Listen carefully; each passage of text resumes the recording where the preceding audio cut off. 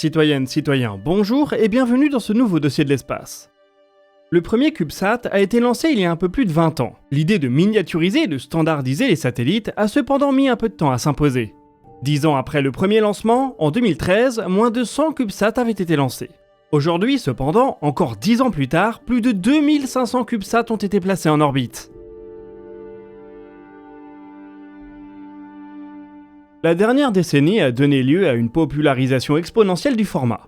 Les CubeSats ont permis à de jeunes entreprises, comme Planet Labs, de construire des constellations de plusieurs centaines de satellites.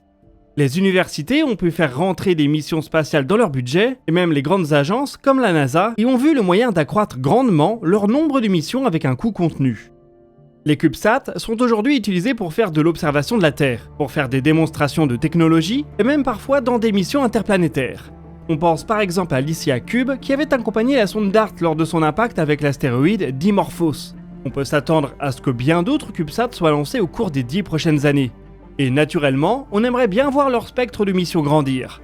Les CubeSats pourraient-ils explorer des planètes, manœuvrer sur différentes orbites, voire réaliser des rendez-vous orbitaux ?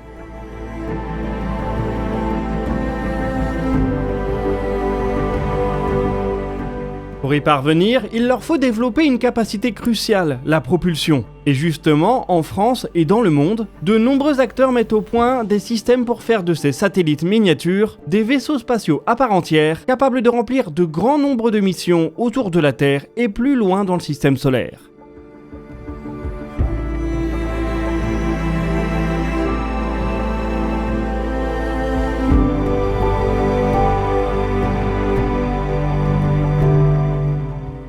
La propulsion pour les CubeSats existe déjà et des systèmes ont même été mis en œuvre dès le début des années 2000. Ceux-ci sont pourtant très rudimentaires. Au cours des premières années du format, on a ainsi vu l'intégration de propulseurs à gaz froid. C'est probablement la méthode de propulsion spatiale la plus élémentaire. Vous éjectez du gaz dans une direction et vous êtes propulsé dans la direction opposée. Action, réaction. C'est comme ça que presque tous les engins spatiaux accélèrent. Le gaz est ici issu d'une simple bonbonne pressurisée. Imaginez-vous dans l'espace, vous mettez un petit coup de bombe à déodorant dans une direction et vous voilà parti pour la direction inverse. Dès l'année 2000, le nanosatellite Snap 1 a testé un tel système. Il embarquait 32 grammes de butane qui lui ont permis de rehausser son orbite de 3 km. Ce n'était pas un CubeSat à proprement parler, le format était encore bien trop jeune. Mais avec ses 6,5 kg, il en avait toutes les caractéristiques. Aujourd'hui, la méthode est encore utilisée. Les CubeSats Marco, qui ont survolé Mars avec la mission InSight, utilisaient un tel système. De même que la mission Enya Scout lancée avec Artemis 1 et qui embarquait 1,2 kg de gaz froid en plus de sa voile solaire. Bon, le CubeSat a été perdu et on ne pourra donc pas juger de l'efficacité comparative de ces deux modes de propulsion. C'est bien dommage, il aurait été un cas d'étude parfait dans cette vidéo. Au fil des années, une version un peu plus évoluée du propulseur à gaz froid a commencé à s'inviter sur les CubeSats, les Resistojets. On reprend la même idée, un gaz pressurisé qu'on va expulser via une petite tuyère, mais on y ajoute de la chaleur à l'aide d'une résistance électrique.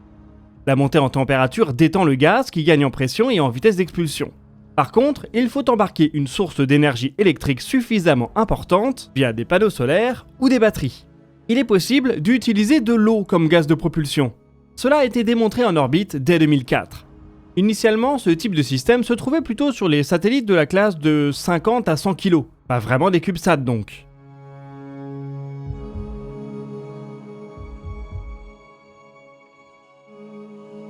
L'impression 3D métallique a cependant permis des efforts de miniaturisation, et on trouve aujourd'hui des systèmes standardisés qui tiennent dans une unité standard de CubeSat, soit un cube de 10 cm de côté.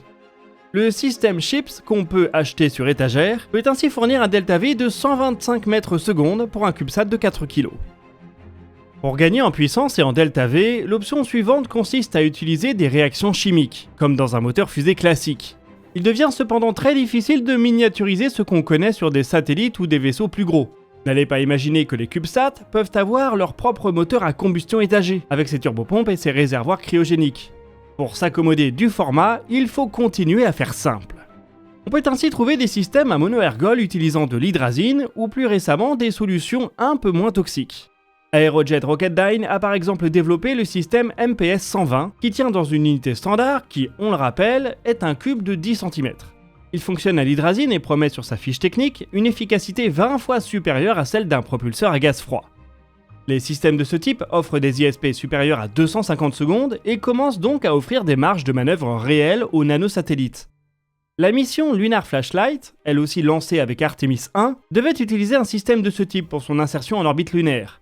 Elle avait recours à un carburant bien moins toxique que l'hydrazine, la FM135E. Seulement le nanosat a également été perdu peu après le début de la mission, ce qui, encore une fois, n'arrange pas le bilan de notre vidéo.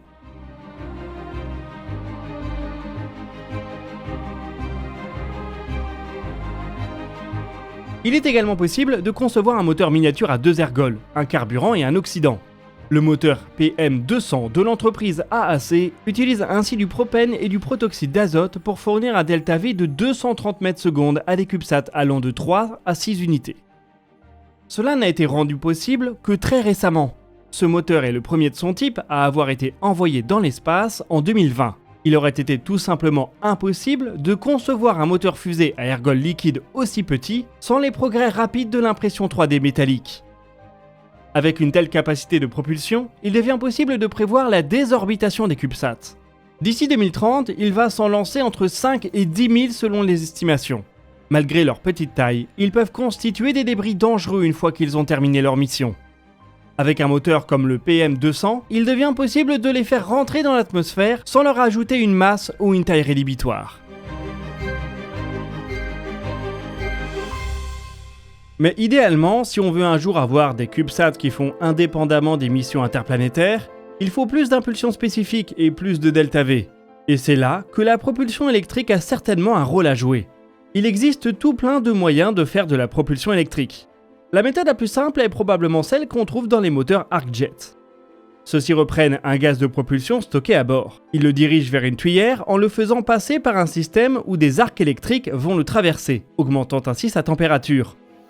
C'est un peu comme un résistojet, sauf qu'au lieu de faire passer le courant par une résistance, on le fait passer directement à travers le gaz de propulsion.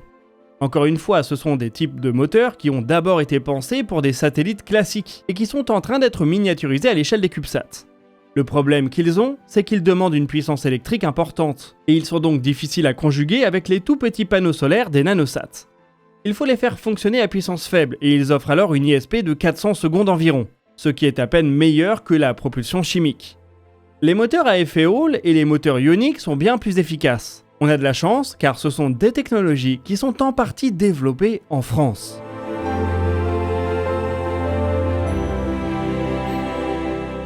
L'entreprise Exotrail propose un petit moteur à effet Hall qui peut équiper des CubeSats ou des satellites un peu plus gros, le NanoWare. Il a été embarqué sur le satellite Navio Avionics R2 fin 2020, un CubeSat de 6 unités. Lors de la mission, le NanoWare a pu démontrer une poussée de 3 millinewtons et une ISP de 800 secondes, avec seulement 53 watts de puissance électrique. En fonction de la quantité de gaz de propulsion embarqué, du xénon, et de la masse du satellite, cela peut déboucher sur des delta V très importants. Toujours en France, l'entreprise TrustMe propose des moteurs à gaz froid, à effet Hall ou ionique, à l'échelle d'une unité. Leur modèle le plus intéressant pour nous est le NPT-30i2, puisqu'il fait appel à une technologie qu'on n'a pas encore évoquée. C'est un moteur ionique, mais qui fait appel à un ergol solide, de l'iode. Celui-ci est chauffé et ionisé par une série de résistances et d'antennes, avant d'être accéléré par un champ électrique. Le NTP-30i2 peut atteindre une ISP de 2400 secondes avec seulement 35 à 65 watts de puissance électrique. C'est aujourd'hui un des systèmes les plus efficaces, peut-être le plus efficace pour propulser des CubeSats. Bien entendu, cela se fait au détriment de la poussée qui est très faible, environ 1 millinewton. Il ne peut pas être utilisé pour des applications de réaction rapide. Ces développements sont très récents et on n'est probablement pas arrivé au bout de l'effort de miniaturisation qui voit de plus en plus de méthodes de propulsion être adaptées au format CubeSat. Plus elles vont progresser et plus les CubeSats vont devenir agiles et autonomes. Avec des delta V importants, il deviendra possible de faire des insertions orbitales, d'aller visiter des astéroïdes ou de faire du service en orbite, tout en gardant un peu de jus pour prévoir une stratégie de fin de mission. Une mission d'exploration de Vénus pourrait ainsi à terme devenir accessible à des universités ou des centres de recherche, avec des budgets divisés par 10 par rapport à ce que font les grandes agences spatiales. La révolution des CubeSats a démarré, mais elle est probablement loin d'être terminée. C'est aussi par là que passe la réduction des coûts de l'accès à l'espace.